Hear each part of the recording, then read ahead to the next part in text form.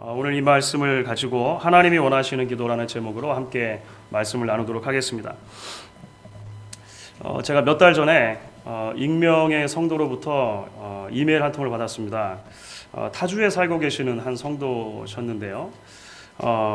우연히 인터넷에서 제 설교를 들으시고 신앙적인 고민을 하고 있던 차에 그냥 그 신앙의 고민을 들어주십사.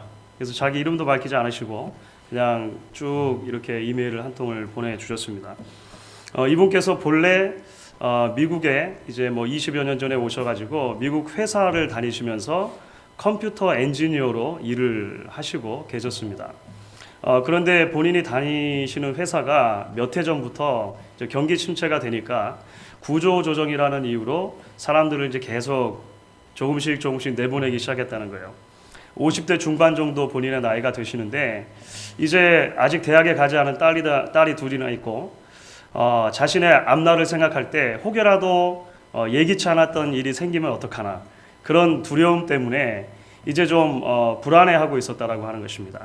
그런데 마침 교회에서 부흥 집회를 하게 됐는데 강사님이 오셨고 그 강사 목사님께서 이야기를 하시기를 선 11조를 내고 150일 작전 기도를 해보시라 이렇게 이야기를 했다는 거예요. 선 11조라는 걸 저도 처음 들었습니다. 그런 거 들어보셨어요? 앞으로 내가 이만큼 11조를 내기를 기대하면서 기대치를 지금 미리 내라는 겁니다.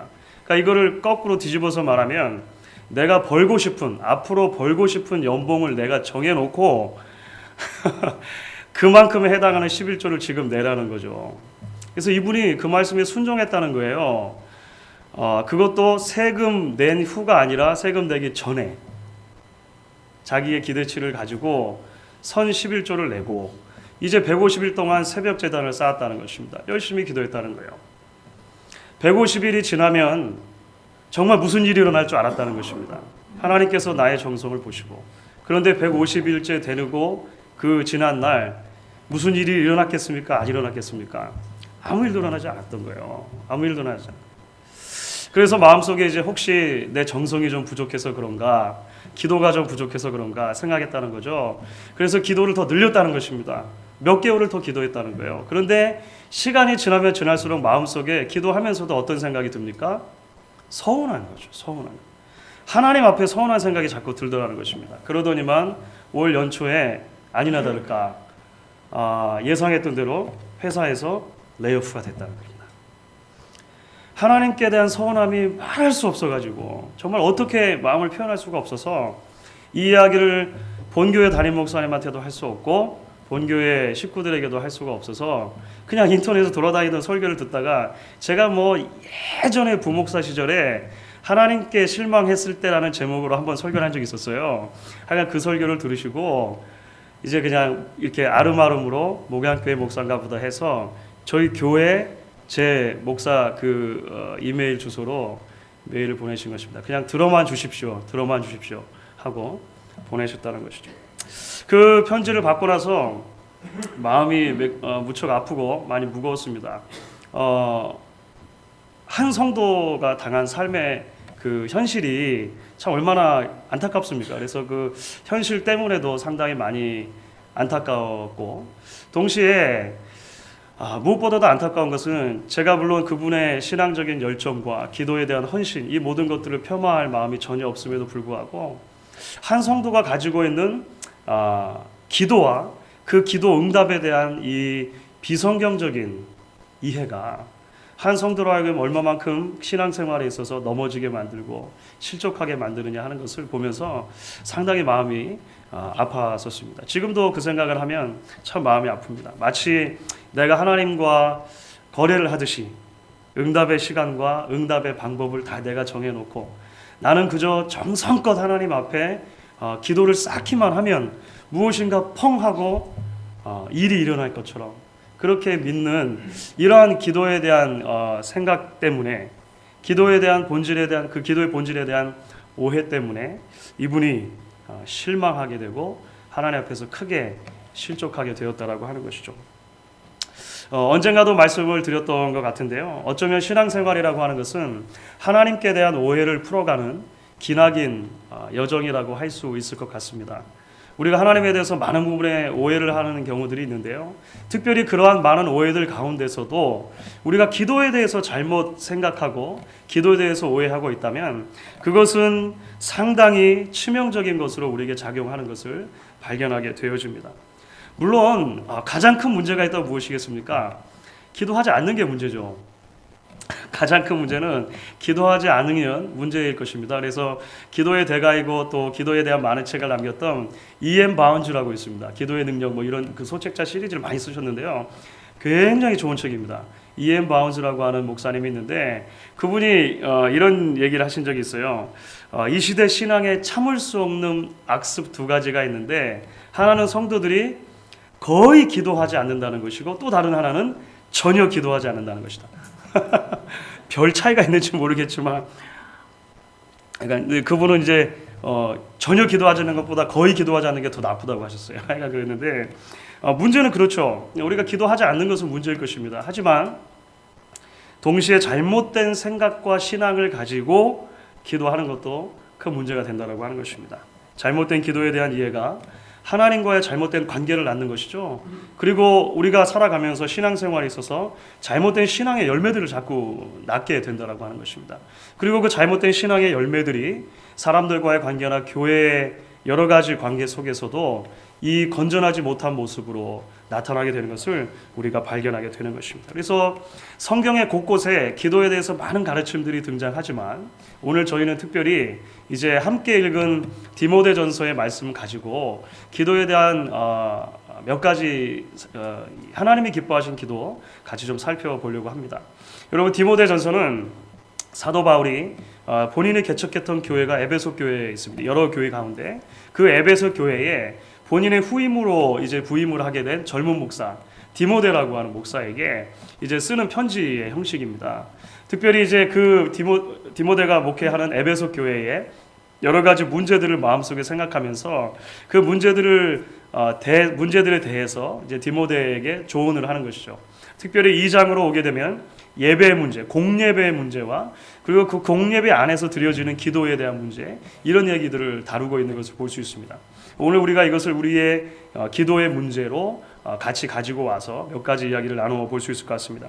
특별히 오늘 우리가 8절 말씀에 좀 초점을 맞춰보려고 그래요. 8절 말씀 우리 같이 한번 읽어보도록 하겠습니다. 같이 읽습니다. 그러므로 각처에서 남자들이 분노와 다툼이 없이 거룩한 손을 들어 기도하기를 원하노라. 저는 적어도 이 말씀을 통해서 세 가지 정도 하나님께서 우리에게 기대하시는 기도가 무엇일까 오늘 말씀 속에서 좀 살펴볼 수 있겠다 이렇게 생각을 하게 되어집니다. 먼저 오늘 바울이 디모데에게 이야기를 할 때 교회 안에서 성도들이 기도하는데 어떻게 기도했으면 좋겠는가? 거룩한 손을 들어야 한다. 먼저 이렇게 이야기를 합니다. 그렇죠? 거룩한 손을 들어야 한다. 사실 손을 들고 기도하는 것은요, 유대교와 또 초대 기독교에 공통적으로 발견할 수 있는 일반적인 기도 형태였습니다. 오늘날이야 우리가 뭐 이렇게 손을 들고 기도하는 모습이 많지는 않지만 유대교에 있어서는 일단은 그 손을 들고 기도하는 모습이 상당히 일반적이었고요. 초대교회 성도들도 이제 상당히 많이 이렇게 손을 들고 기도하는 그런 관습들이 있었습니다. 이제 중요한 것은 무엇이냐면 우리가 손을 들고 하나님께 기도하다 하더라도 중요한 것은 그 손이 거룩한 손이어야 한다. 이렇게 바울은 조언을 하고 있는 것입니다. 거룩한 손이라는 게 어떤 의미가 있을까요? 좀 방이 덥지 않습니까? 괜찮으세요? 추워가지고 너무 올려놓으셔서 더운 바람에 좀 졸리시는 것 같은데 저는 막 지금 얼굴이 화끈거려가지고요. 예. 거룩한 손이라고 하는 게 무슨 의미가 있을까요? 하나님께 기도할 때 우리의 손을 꼭 씻고 나와야 된다. 뭐 이런 의미 정도는 아닌 것 같습니다. 그렇죠? 사실 여기서 거룩한 손이라고 할 때 손이라고 하는 단어는 부분으로 전체를 표시하는 하나의 비유법입니다. 이걸 좀 어려운 말로 그냥 제유법이라고 그래요. 이런 거 있습니다. 낚시를 좋아하는 사람들을 일컫는 그 말이 있죠. 뭐라 그러죠? 낚시 좋아하는 사람들? 강태공. 그렇죠. 사실 근데 이 강태공은요, 역사 속에 실존했던 인물입니다. 그렇지 않습니까? 기원전 10세기 정도, 벌써 한 3000년 전에 중국의 주나라 때 태사를 지냈던 그런 실제적인 역사적인 인물이라고 하는 것입니다. 낚시를 좋아했던 한 사람, 낚시로 유명해진 한 사람을 가지고 낚시꾼 전체를 다 표현하는 거죠. 이런 거 이해가 되시죠? 예. 감투 썼다 이런 말이 있습니다. 감투 썼다. 감투 썼다는 것은 특정한 지위나 관직에 오른 경우를 감투를 썼다고 하죠. 감투는 의복 중에 한 부분이에요. 옷을 입는 여러 의복의 그 여러 항목 가운데 감투는 하나라고 하는 것입니다. 그런데 그 일부를 가지고 관직이라고 하는 전체를 상징했죠. 이런 것들이 이제 그냥 제휴법이라고 합니다. 비슷한 경우죠. 손이 거룩해야 된다라고 이야기했을 때 이 손이라고 하는 것은 단순하게 한 사람의 손만을 말하는 것이 아니라 그 사람 전체를 의미한다라고 우리가 이해를 하면 될 것 같습니다. 조금 더 나아가면은요, 손은 그 사람의 삶 전체를 의미한다라고 우리가 이해를 할 수가 있는 것입니다. 손이 거룩해야 된다, 기도하는 사람의 손이 거룩해야 된다. 성경은 결국 우리에게 무엇을 말하는 것입니까? 한 사람의 기도는 그 사람의 거룩한 삶 전체와 연관이 되어져 있다라고 하는 것이죠. 기도하는 순간만 중요한 것이 아니라 그 사람이 이 땅을 살아가는 모든 삶의 정황이 하나님 앞에서 거룩한 삶으로 들어져야 한다. 성경은 우리에게 이렇게 이야기를 하고 있는 것입니다. 거룩이라고 하는 것은 그렇다면 우리가 어떻게 정의를 해볼 수 있을까요? 거룩하다라고 하는 것이 도대체 무엇이겠습니까? 걸음걸이가 조금 느릿느릿하고 말소리가 특정한 거룩한 그 어투가 있고, 그렇죠. 혹시 그렇게 생각이 되십니까? 실제로 제가 신학교에, 학부 신학교에 처음 입학을 했을 때 전도사님들 중에 그런 분들이 있었어요. 밤마다 모여가지고 기도를 하면서 목소리를 연습하는 그 한 그룹의 전도사님들이 있었습니다. 무슨 목소리겠습니까? 제가 지금 흉내를 낼 수 있지만 안 내려고 그래요. 특정하게 좀 이렇게 쉰 목소리 나면서 걸걸한 부흥사 목소리 있잖아요. 부흥사 목소리. 그런 목소리를 일부러 흉내내겠다고 몇 명 전도사님들 모여서 밤마다 기도하고 그냥 그렇게 했습니다. 실제적으로 정말 그렇게 되더라고요. 나중에는 그렇게 되더라고요. 자, 여러분, 거룩하다라고 하는 것이 과연 그런 외적인 요소에만 국한되는 것이겠느냐라고 하는 것입니다. 사실 성경은 우리에게 그렇게 말하고 있지 않습니다. 거룩이다라고 하는 것은 그 어원 자체를 따지고 들어가면 분리되었다, 구분되었다, 따로 떼어놓았다, 이런 의미가 있는 것입니다. 그렇죠. 분리되다, 구분되다, 따로 떼어놓았다. 그러니까 사실은 거룩이라고 할 때 성경은 항상 하나님의 성품의 개념으로 우리에게 얘기를 합니다. 피조 세계와 구분되는, 창조 세계와 전혀 다른 하나님만 가지고 계시는 성품, 그것이 거룩이죠. 죄와 어울릴 수 없고 스스로 완전하신 그 상태를 거룩이라고 이야기를 하는 것입니다. 우리에게 성경이 거룩해야 된다라고 요구하는 것은요, 결국 그렇기 때문에 하나님을 닮아가는 삶을 이야기를 하는 것이죠. 거룩의 개념은 거의 하나님을 닮아가는 삶으로 성경이 우리에게 소개하는 것을 볼 수 있다라고 하는 것입니다. 우리의 삶이 하나님을 닮아가지 않으면, 우리의 삶이 매일매일의 삶 속에서 하나님의 마음을 닮아가지 않으면 거룩은 없다라고 하는 것이죠.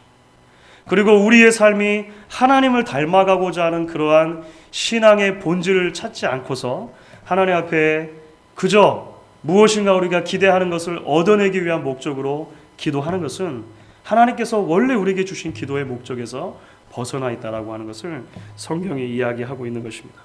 우리가 기도와 관련해서 가지고 계신 오해 가운데 하나가 있습니다. 그것은 무엇이냐면 따로 구분된 기도의 시간만 무엇인가 우리가 영적인 일을 하는 것처럼 생각하게 되는 것입니다.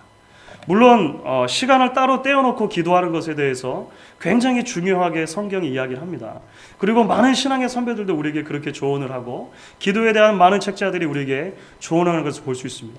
예수님도 따로 시간을 떼어놓고 기도하셨던 모습들을 우리가 성경 속에서 발견하게 된다고 하는 것이죠. 그런데 문제는 무엇입니까? 그렇게 따로 떼어놓은 시간만 하나님 앞에 기도의 시간이라고 생각하는 것이죠. 성경이 말하는 것은 무엇입니까? 우리의 손이 거룩해야 된다는 것입니다. 그러면 그것은 우리의 삶이 거룩해야 된다는 것인데 우리의 삶 전체가 하나님 앞에 따로 떼어놓는 것이라고 하는 것을 기억해야 한다는 것이죠. 따로 떼어진 어떤 특정한 시간만이 아니라 우리의 삶 전체가 하나님 앞에서 따로 떼어진 삶, 구분된 삶, 하나님께 거룩한 삶으로 드려질 때 하나님이 그 기도를 기뻐하신다. 오늘 성경이 이야기하고 있는 것입니다. 그렇기 때문에 이러한 바울의 가르침이요 자연스럽게 두 번째로 넘어가게 되어지죠. 두 번째 바울이 이야기하는 것은 무엇입니까? 분노와 다툼이 없이 기도하라고 하는 것입니다. 그러니까 어떻게 보면 이것은 거룩한 삶으로 하나님께 기도해야 된다라고 하는 것을 조금 더 설명하는 것이라고 우리가 이해할 수도 있을 것 같습니다. 분노라는 것은요, 어떤 사건이나 사람에 대해서 이 화 또는 그 진노의 마음을 갖게 되는 것을 말하는 거죠. 분노를 그렇게 설명할 수 있겠습니다. 다툼이라고 하는 것은요, 이것이 조금 더 이제 관계적인 측면에서 커지는 것입니다. 의견의 불일치 인해서 분쟁이 일어나거나 싸움이 일어날 때, 실제적으로 이제 겉으로 그것이 표현되게 될 때 그것을 다툼이다, 이렇게 성경이 우리에게 이야기를 하는 것입니다. 그러니까 에베소 교회의 문제 가운데 하나가 무엇이었냐면, 우리가 에베소서에서도 찾아볼 수 있고 디모데전서에서도 찾아볼 수 있습니다만, 교인들 사이에 이런 분쟁의 문제가 있었다라고 하는 것입니다. 마음속에 미움의 문제가 있었고, 나중에 그 마음속에 미움의 문제가 조금 더 지나가니까 다툼의 문제로 나타나겠다는 것이죠. 특별히 교회 리더십들 가운데 이런 분쟁의 문제들이 좀 있었던 것 같아요. 그래서 아까 말씀드린 것처럼 사실 2장 말씀은 공예배와 공예배에서 드려지는 기도가 1차적인 대상이 됩니다. 그 말은 무슨 말입니까? 분노와 다툼이 없이 기도해라, 이렇게 말했을 때 분노와 다툼이 없이 공예배에서 드렸던 기도에 대해서 얘기하는 거죠. 그러니까 어떤 교회의 리더들이 대표 기도를 했을 거 아닙니까? 그 대표 기도 시간에 마음에 담고 있던 이 분노나 다툼이 표현됐다라고 하는 것입니다. 하나님, 저 원수 같은 뭐 이런 거 있지 않습니까? 좀 과격하긴 하겠지만 기도라고 하는 장치를 통해서 이러한 분노나 이러한 다툼이 표현됐다라고 하는 것이죠. 그래서 바울이 뭐라고 얘기합니까? 분노나 다툼이 없이 기도해야 된다, 우리에게 권면해주고 있다라고 하는 것입니다. 그렇기 때문에 이 말씀은 곧 우리에게 예수님의 말씀을 생각나게 해줍니다. 예수님께서 마태복음 5장 23절 24절에 이렇게 이야기를 하시죠. 산상수훈에서 기도에 대해서 가르치시다가, 우리에게 예배에 대해서 가르치시다가 이렇게 이야기를 합니다. 우리 마태복음 5장 23절 24절은 같이 한번 읽어보도록 하겠습니다. 그러므로 예물을 제단에 드리다가 거기서 내 형제에게 원망 들을 만한 일이 있는 줄 생각나거든 예물을 제단 앞에 두고 먼저 가서 형제와 화목하고 그 후에 와서 예물을 드리라, 이렇게 이야기를 합니다. 그러니까 예배와 용서가 굉장히 밀접한 관계에 있다라고 예수님이 얘기하셨죠. 바울은 기도와 용서가 굉장히 밀접한 관계에 있다 이야기를 하는 것입니다. 예배가 예배되려면, 기도가 기도되려면, 하나님이 원하시는 그 영성이 영성되려면 우리 마음속에 가지고 있는 다툼과 분노의 문제, 미움의 문제가 해결되어져야 할 것이다, 성경이 우리에게 이야기를 하고 있는 것입니다. 제가 여러 번 아마 소개를 해드린 것 같습니다. 김남준 목사님이라고 하는 분이 쓰신 책 중에 재밌는 제목의 책이 있는데요, 맺힌 것을 풀어야 영원히 산다라고 하는 책이 있습니다. 제 방에도 있는데 굉장히 좋은 책입니다. 맺힌 것을 풀어야 영원히 산다. 이 제목이 벌써 딱 와닿잖아요, 그렇죠? 거기서 이 구절에 대해서, 마태복음의 구절에 대해서 이 김남준 목사님께서 해설하시면서 이렇게 이야기를 해주시죠. 마음속에 누군가를 향한 미움의 감정을 품고 예배하는 것은 시퍼런 칼을 가슴에 품고 예배하는 것과 같다, 이렇게 얘기하십니다. 우리가 나와서 예배하고 있는데 우리 이렇게 안쪽으리를 들추고 보면 시퍼런 칼이 들어있다는 것입니다. 오늘날 많은 그리스도인들이 마음이 편치 않은 지체들이 아직도 완전히 회복된 관계가 성립되지 않은 가운데, 그러한 지체들이 바로 곁에 있음에도 불구하고 마치 마음에 시퍼런 칼을 품고 예배할 수 있는 것처럼 그렇게 예배하며 살아가는 경우가 얼마나 많은지 모르겠다라고 하는 것입니다. 불편한 관계가 생길 수 있죠. 처음에 예수님의 말씀이 막 생각이 납니다. 마태복음의 말씀도 생각나고 성경의 곳곳에 있는 여러 가지 주님이 주었던 말씀들, 바울의 말씀들이 생각이 납니다. 그런데 시간이 흐르면서 나의 자존심일 수도 있고 여러 가지 이유로 인해서 내가 먼저 다가가지 못하고 그 문제를 풀지 못하고 지나가 버리게 되는 경우들이 있다라고 하는 것이죠. 그리고도 나중에 지나가게 되면 불편한 관계가 처음에 성립이 되었고 마음이 불편했는데 그 마음이 불편한 상태로 그냥 살아가는 것이 익숙해진다라고 하는 것입니다. 어느 정도 익숙해지는 거예요. 그래서 형식적으로 인사하고 형식적으로 교제하고 여전히 마음속으로는 미워하고 뭐 이런 일들이 계속 반복되면서도 그것이 전혀 하나님 앞에서 이제 거리낌이 없어지는 수준까지 우리 가게 될 수도 있다라고 하는 것입니다. 하지만 오늘 우리가 말씀을 통해 기억해야 하는 것이 있는 것이죠. 분노와 다툼이 있는 마음의 상태를 가지고 하나님께서 기뻐하시는 기도를 드릴 수 없다라고 하는 것입니다. 하나님께서 기뻐하시는 예배를 드릴 수 없다라고 하는 것입니다. 가정이나 교회나 다양한 사람들이 모여 있습니다. 결혼을 하게 됐다라고 했을 때 20여 년 동안 뭐 많게는 30여 년 동안 전혀 서로 다른 가정 속에서 전혀 서로 다른 배경을 가지고 살았던 사람이 만나서 결혼하는 것입니다. 더군다나 그 두 사람의 결혼이 완전한 두 사람의 결혼입니까? 제가 결혼식 주례를 한 번밖에 안 해봤군요. 주례를 할 때나 아니면 기도할 때나 항상 하는 말이 있습니다. 두 사람의 죄인이 만나 한 가정을 이루었으니. 이것은 뭐 제가 만들어낸 것은 아니고요. 성경이 그렇게 말하고 있지 않습니까? 두 사람의 죄인이 만난 것입니다. 그렇기 때문에 다양한 의견의 이 차이가 있을 수 있고 삶의 스타일의 차이가 있을 수 있는 것이죠. 가정도 그러하건대 교회는 어떻겠습니까? 교회도 그렇게 수많은 다양한 사람들이 모여 있습니다. 그 모든 사람들이 항상 똑같은 생각을 하면 이상한 거죠. 항상 같은 의견의 일치를 보면 그게 이상한 거죠. 다양한 의견이 있고 다양한 생각의 교류가 있는 것이 어쩌면 차이점이 있는 것이 당연하다라고 하는 것입니다. 하지만 문제는 무엇입니까? 의견의 불일치를 어떻게 해결해 나가느냐 하는 것이 중요한 것이죠. 우리가 어떤 방법으로 그것을 핸들하느냐 하는 것이 우리의 신앙의 또는 인격의 성숙한 정도를 나타내 준다라고 볼 수 있을 것 같습니다. 여러분들은 가정에서 밖에 외식하러 나갈 때 그렇죠. 뭘 먹을까? 항상 의견이 갈리지 않으세요?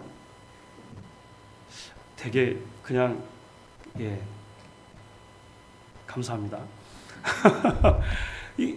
어떻게 여러분들 해결하십니까?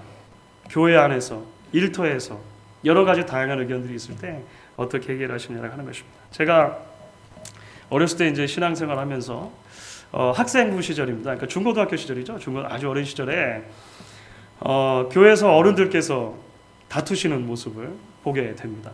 뭐 이런저런 의견으로 다투기도 하시고 그래서 교회에 조금 소란스러운 일이 있기도 하고 이런 것들을 경험합니다. 그러면서 마음속에 어린 시절에도 이런 생각이 좀 들었던 적이 있었습니다. 도대체 왜 싸우시지? 어느 한쪽만 정말 탁월한 신앙의 인격이 있으셔서 그냥 무조건 참아버린다면 싸움 자체가 안 될 텐데 왜 싸우지? 라고 생각을 했었어요. 사실 그렇지 않습니까? 한 사람이 싸움이 안 되게 만들면 사실 싸움이 안 되는 겁니다. 부부싸움도 그렇잖아요. 한 사람이 아예 싸움이 안 되게 만들어버리면 반응을 안 한다든지 하면 싸움이 안 됩니다. 어린 생각에 그런 생각을 했던 거예요. 도대체 왜 싸우시지? 한 사람만 그냥 죽은 듯이 참으면 이것이 이렇게 커지지는 않을 텐데 이렇게 생각을. 그런데 제가 어른이 됐어요.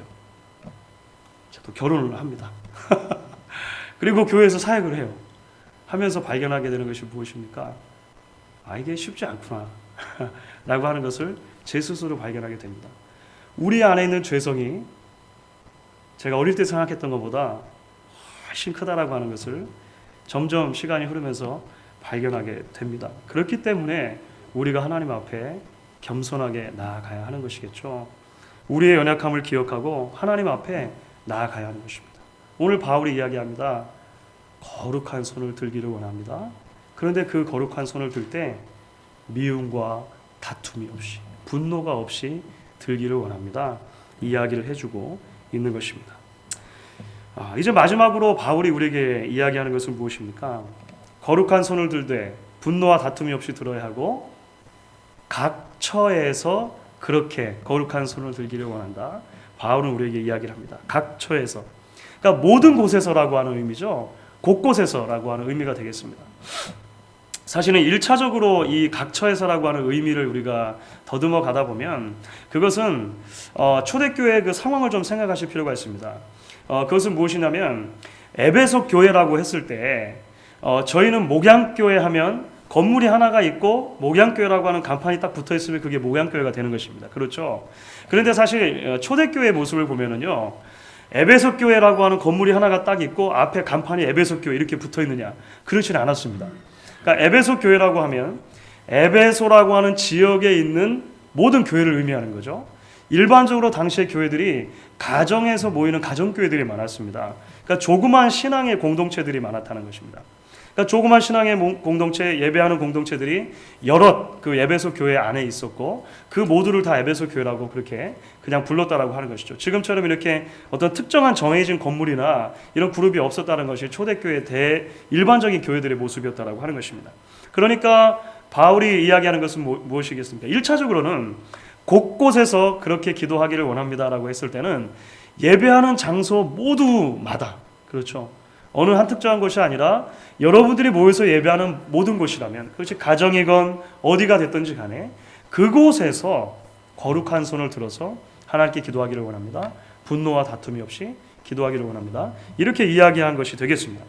하지만 우리는 이것을 조금 더 나아가서 이제 확대해서 해석하고 또 적용할 수도 있을 것이라고 생각을 합니다. 첫 번째, 두 번째 말씀과 연결해서 생각을 해볼 수 있는 것이죠. 그것은 무엇이겠습니까? 성도의 기도는 단순히 교회 안에서만이 아니라 교회의 담을 넘어서서 그야말로 삶의 모든 곳을 포함하는 곳에서 이루어져야 하는 것이다. 우리가 이렇게 해석을 확대해서도 볼 수 있겠다라고 하는 것입니다. 미국에서 나고 자란 2세 자녀들에게 질문을 했습니다. 부모님들에게 가장 실망했을 때가 언제인가? 가장 많은 학생들이 대답한 것이 무엇이라고 생각하십니까? 위선적인 신앙의 모습을 발견했을 때다. 이렇게 학생들이 대답을 했습니다. 자녀들이. 그러니까 이런 것이죠. 아빠나 엄마가 교회만 가면 다른 사람이 된다는 것입니다. 내가 집에서 또는 가게에서 보았던 아빠, 엄마와 교회에서 집사님, 장로님, 권사님이라고 불리는 아빠, 엄마가 다르다는 거예요. 대표기도 하실 때 아빠, 엄마는 우리 집에서 내게 늘 보여주는 아빠, 엄마의 모습과 다르다라고 하는 것입니다. 아이들이 어렸을 때부터 이런 모습에 대해서 상처를 가지고 이제 기독교 신앙에 대해서, 교회에서 봉사하는 것에 대해서, 헌신하는 것에서 이 모든 전반적인 부분에 대해서 좀 부정적인 시각을 가지고 자라나서 청소년들이 되고 어른들이 돼간다는 것입니다.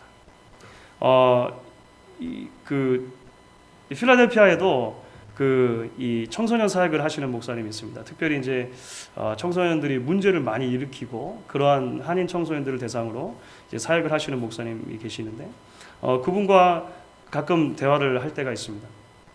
그분이 이야기를 하시더라고요.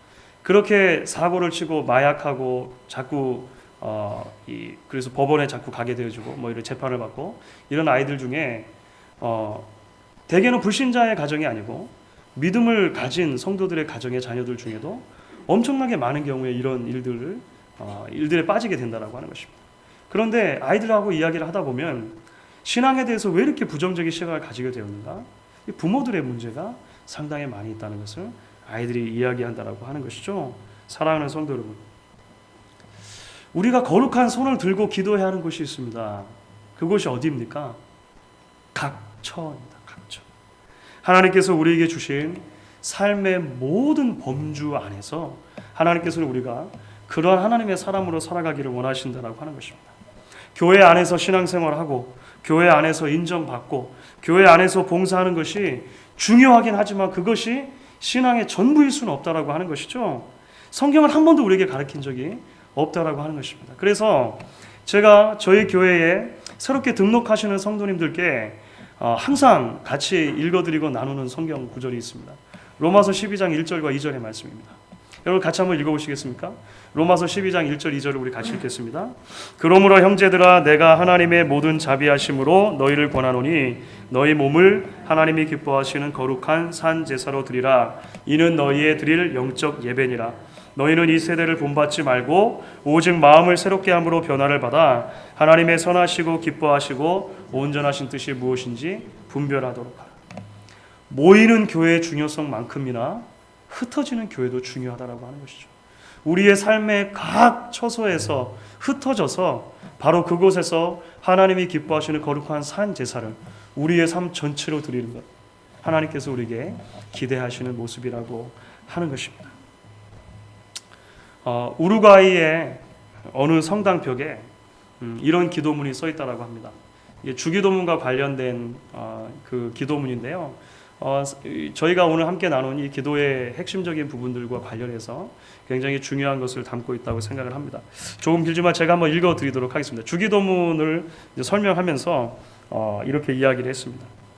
하늘에 계신 이라고 기도하지 말라. 세상 일에만 관심 두고 있다면. 우리라고 말하지 말라. 너 혼자만을 위해 살고 있다면. 아버지라고 부르지 말라. 아들, 딸처럼 살고 있지 않다면. 이름이 거룩히 여김을 받으시오며라고 기도하지 말라. 입술로는 하나님을 부르지만 마음은 멀리 있다면.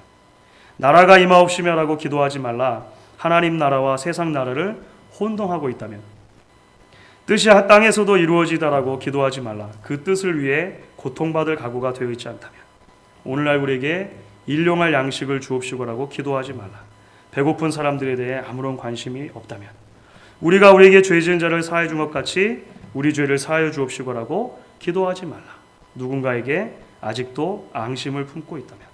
우리를 시험에 들게 하지 마옵시고라고 기도하지 말라. 죄 지을 기회를 찾아다니고 있다면.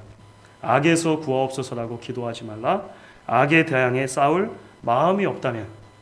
아멘이라고 기도하지 말라. 아버지의 말씀을 심각하게 받을 마음이 없다면. 우리에게 참 많은 것을 생각하게 해주는 그런 누군가의 무명인의 기도문인데 그런 기도문이라고 생각이 되어집니다. 하나님이 원하시는 기도가 무엇인지 오늘 우리에게 다시 한번 생각해 보게 하는 것이죠.